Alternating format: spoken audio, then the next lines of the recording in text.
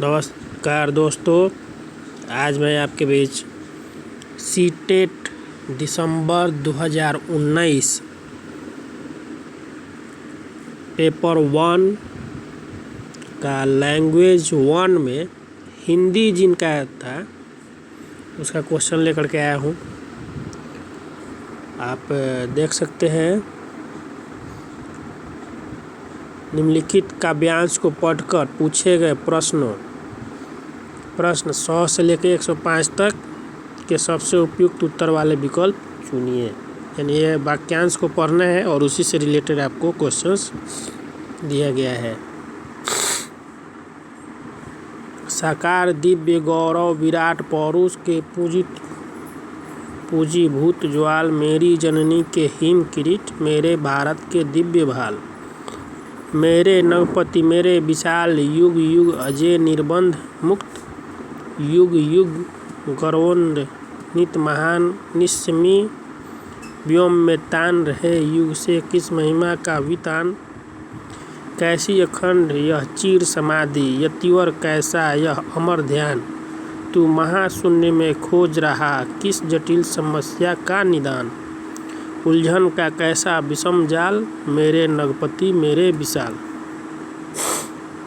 अब इसमें आप देख सकते हैं कि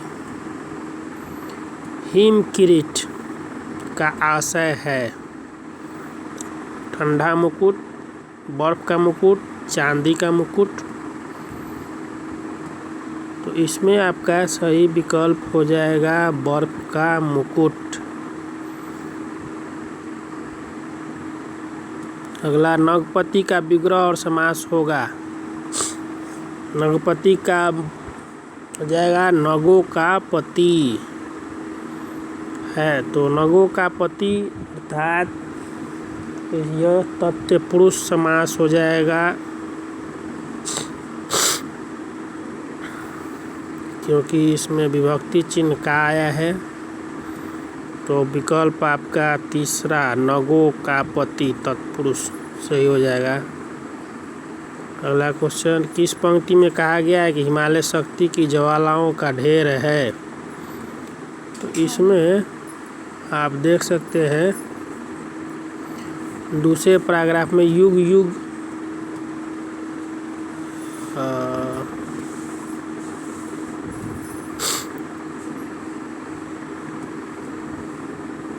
युग युग अजय निर्बंध मुक्त, मेरे भारत के दिव्य भाल, पौरुष के पूजित भूत ज्वाल, और चौथा है साकार दिव्य गौरव विराट।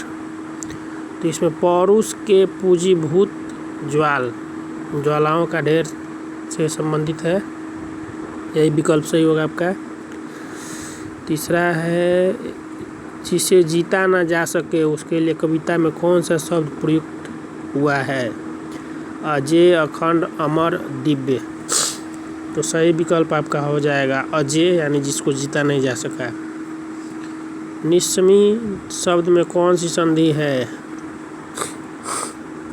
तो इसमें आपका विकल्प है स्वर, व्यंजन, विसर्ग, दीर्घ। तो सही हो जाएगा आपका तीसरा विकल्प विसर्ग, क्योंकि नि जो अस्मि निस्मी।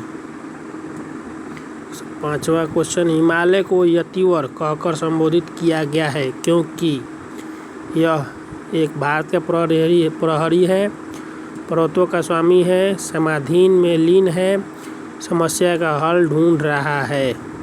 तो इसलिए कहा गया है यतिवर, क्योंकि वह समाधि में लीन है। इसको आप देख सकते हैं, कैसी अखंड यह चीर समाधि, यतिवर कैसा यह अमर ध्यान। अगला क्वेश्चन है, नीचे दिए गए प्रश्नों के लिए सबसे उचित विकल्प का चयन कीजिए। प्राथमिक स्तर पर बच्चों की भाषा का आकलन करने का उद्देश्य है उसकी पठन क्षमता का आकलन, उनके भाषा प्रयोग की क्षमता का आकलन, उसकी लेखन क्षमता का आकलन, उसकी बोलने की कुशलता का आकलन। सही विकल्प होगा उसका दूसरा, उसके भाषा प्रयोग की क्षमता का आकलन।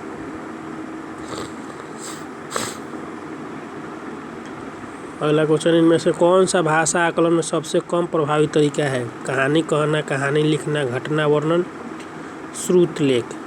सबसे कम प्रभावी तरीका आपका है चौथा श्रुतलेख।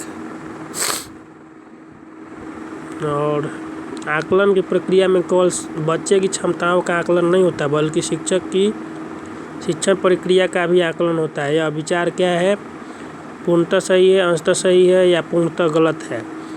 तो यह विचार पूर्णतः सही है, पहला विकल्प सही होगा। रीमा ने तीसरी कक्षा में पढ़ने वाली रितिका की भाषा क्षमता, भाषा निष्पादन संबंधी क्रमिक प्रगति का ब्यौरा उसके अभिभावकों को दिया। रीमा ने डैश के आधार पर यह जानकारी दी। पहला अवलोकन, पोर्टफोलियो, जांच सूची, लिखित परीक्षा। सही विकल्प आपका हो जाएगा पोर्टफोलियो।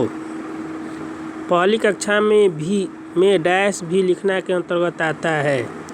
वाक्य लिखना, शब्द लिखना, अक्षर बनाना, चित्र बनाना। तो सही विकल्प हो जाएगा आपका चौथा चित्र बनाना। प्राथमिक स्तर पर पढ़ना सीखने में सबसे कम महत्वपूर्ण है अनुमान लगाना, संदर्भानुसार अर्थ, अक्षरों की पहचान, पढ़ने का उद्देश्य।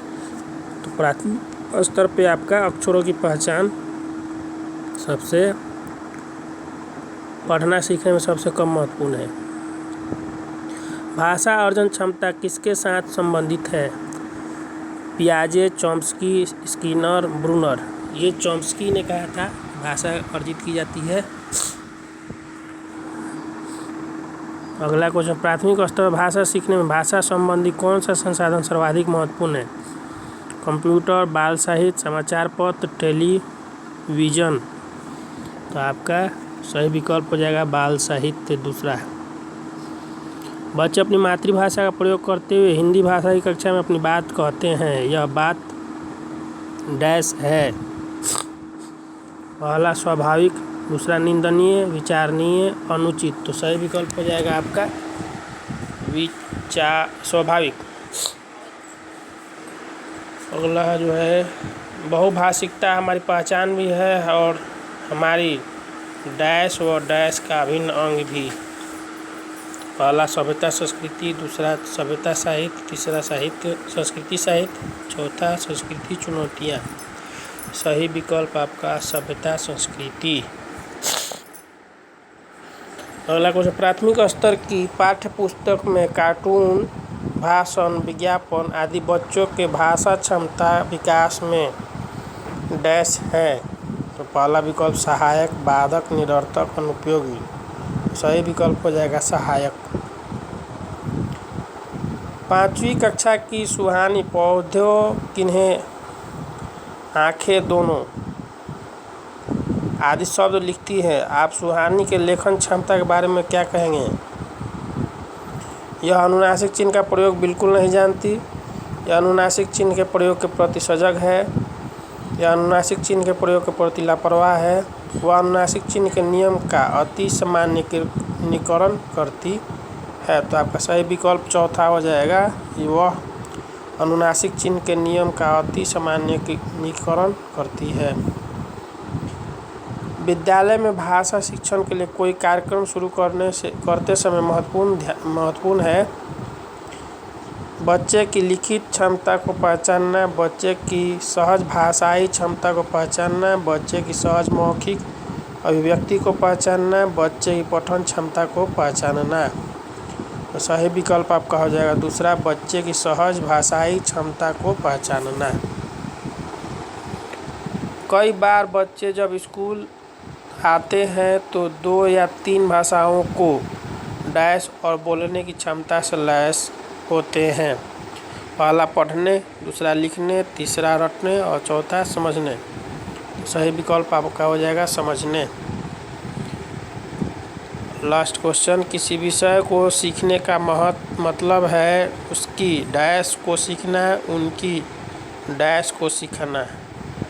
अवधारणाओं को विषय वस्तु उपयोगी, अवधारणाओं और शब्दावली और विषय।